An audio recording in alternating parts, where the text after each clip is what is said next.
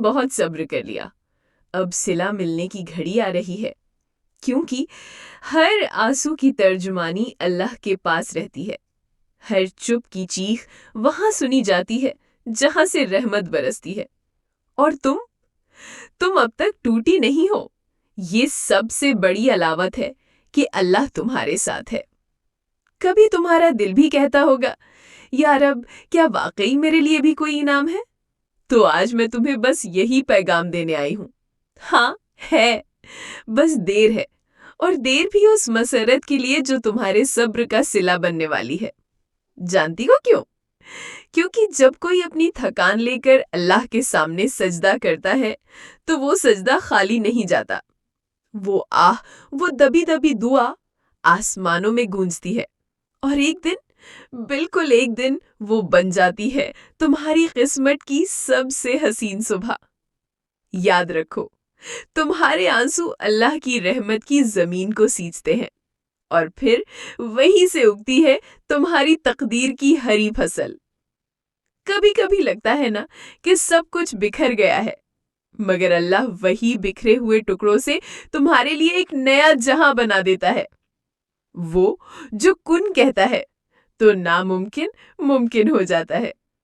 قرآن میں اللہ فرماتا ہے، اللہ تمہیں اس حال میں دیکھتا ہے جس میں کوئی اور تمہیں سمجھ نہیں پاتا۔ تو جب دنیا سے امید ٹوٹے، بس تبھی اللہ تمہارے قریب آتا ہے۔ اے بہن، اگر تو نے اکیلے روتے ہوئے دن کاٹے ہیں، اگر تو نے خود سے سوال پوچھے ہیں، یا اللہ مجھ سے کیا رہ گیا، تو سن، کچھ بھی نہیں رہ گیا۔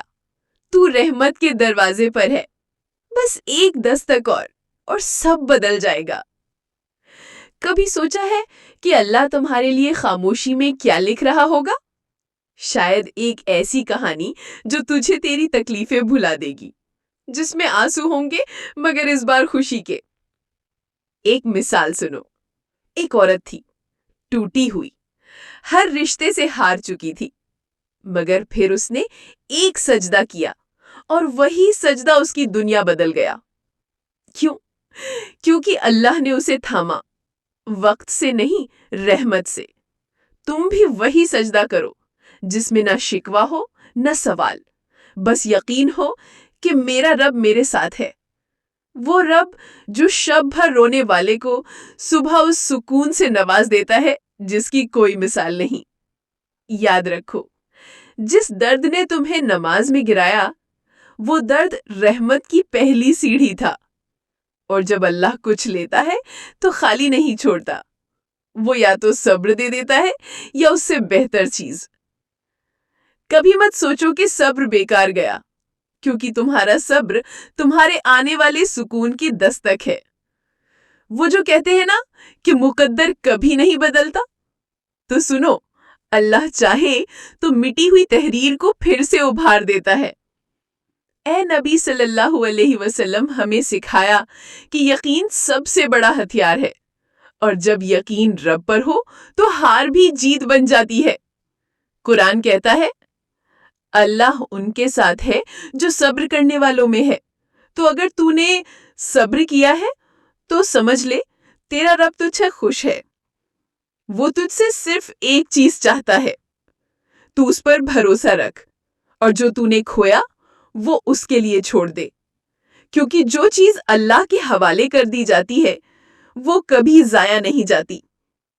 آج کی یہ بات دل میں بٹھا لو، تم نے بہت صبر کیا ہے، اب تمہیں اس کا انعام ملے گا۔ وہ تنہائی میں مانگی گئی دعائیں اب قبولیت کی سیڑھی پر ہیں، وہ راتوں کی سسکیاں اب خوشیوں کی سحر بننے والی ہیں۔